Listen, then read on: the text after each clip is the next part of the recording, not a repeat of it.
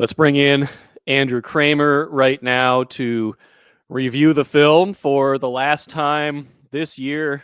Andrew, appreciate all of your good work here and covering the team and on Access Vikings this year. That work is not entirely done, but there will be no more film to review after 27-9 made it pretty clear where the limitations of this team were. And I know you're probably even more tired this week than you were last week after the Detroit game. I'm sure you guys had early morning flights from Phoenix, but appreciate it. How you doing?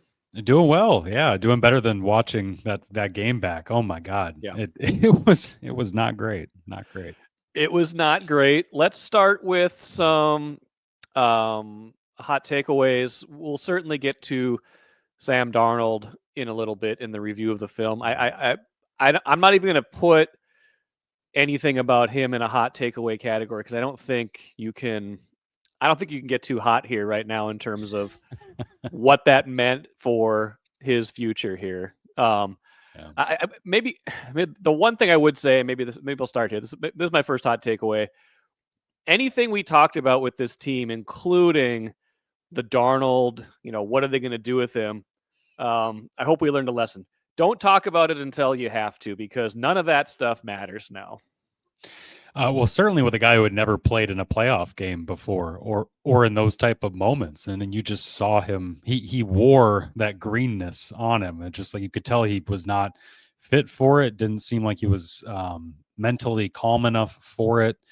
Certainly not the same guy he had been for 16 weeks, who was good against the blitz, who was good against man coverage. But you're right. I get what you're saying in terms of like, you need to see him finish it out. And the Vikings came into this wide-eyed. They knew that. Behind the scenes, nobody was trying to extend him in November or December. They wanted to see how this was going to play out for this very reason of the fact the guy had 60 games or so before he came here, and much of those showed him kind of wilting in moments of being under pressure, bad decision making. A lot of the bad habits we just saw both in Detroit and Los Angeles. So, Mike, don't get fans shouldn't get too ahead of themselves, but you and I both know that's not necessarily a lesson that's going to be it's going to fall on deaf ears, because everybody's going to get hyped up about something next year.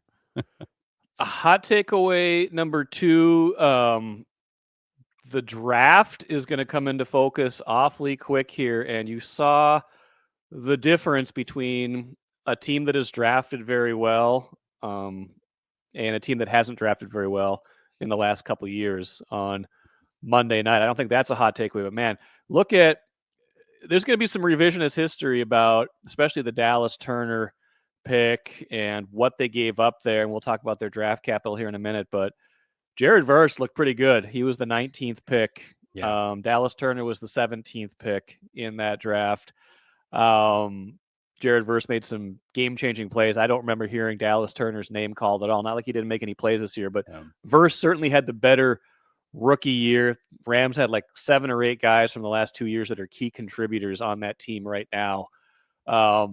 This is going to become problematic. It was already problematic in that game. This is going to become problematic as we look at their roster going forward.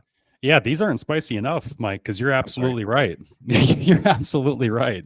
Because the Rams have a really young defense that's coming into their own. They have really good defensive linemen, as you saw. You mentioned Verse. Kobe Turner, I believe, is in the middle there as well. And then they've got Brandon Fisk, who's really good too in the interior.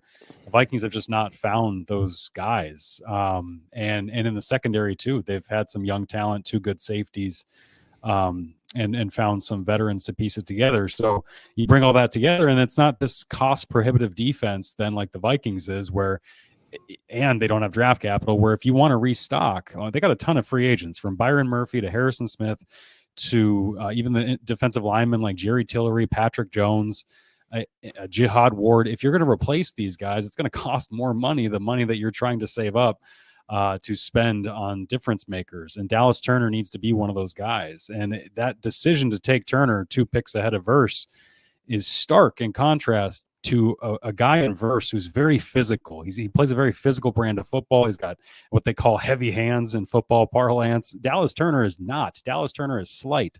Dallas Turner is a guy that they're going to tell to add weight this offseason. on top of the fact that this was a defensive scheme that was not fit to get much out of a rookie right away. And they knew that, which is why they spent money on Van Ginkel. They spent money on Grenard, knowing that, and with Pat Jones still on the roster, knowing that they were going to go add a pass rusher in the draft as well. So they knew this was going to be kind of a redshirt-ish type year. I think he played even less than they thought because he started the season in like a 50% role. And by the end of it, he just was not making the impacts that he needed to. Even the interception he had, which was in Seattle, a good display of drop, zone coverage and reading the quarterback. Brian Flores afterward was like, I need to see him stay on his feet and score there. It's like they're hard on him, but for good reason. They expect a lot. And I think his rookie year was kind of a disappointment in the grand scheme of things. Hot takeaway number 3. This maybe is the hottest of them all. I feel like there's a power struggle coming this offseason between Kevin O'Connell and Kwesi Adolfo-Mensah. Let's assume they're both still here. Let's say that the KOC stuff, as long as he gets what he wants, that he's going to be here. I wonder how much of any of these kind of rumblings are about him wanting more say-so, especially in the draft process. It will be interesting to see how Kevin's influence, because obviously he's got the ultimate influence at quarterback, how that influence will carry out to the rest of the offense. And I'm sure it already has, but he's stood there at the podium last night in Arizona saying, we need new offensive linemen. I mean, that wasn't verbatim, but he basically said that. And I think that was with our Mark Craig wrote about how Kwesi Adolfo-Mensah, the GM, is sitting right there in the audience listening to this. That message was for Kwesi and saying that it's going to cost money. We know this, but you just spent all this money last year on defense. How about a little bit of help on offense? And I think Kwesi would probably retort, well, we traded for Hawkinson and re-signed him. We re-signed Darrisaw. We re-signed Jefferson. We drafted the quarterback. Like they're doing all these things, but at the same time, they have ignored the interior line outside of a single draft pick in Ed Ingram the first time Kwesi showed up here in 2022. So they don't have draft picks to restock it. They might have a couple late third round picks, and swinging on guards or centers at that point is obviously a crapshoot. It costs $15, $16, $18 million to sign a quality top tier starter at that spot, a difference maker. So they're going to have to hit a kind of middle tier home run like they did with a Blake Cashman or a Van Ginkel on defense to really change their fortunes there, because you see it.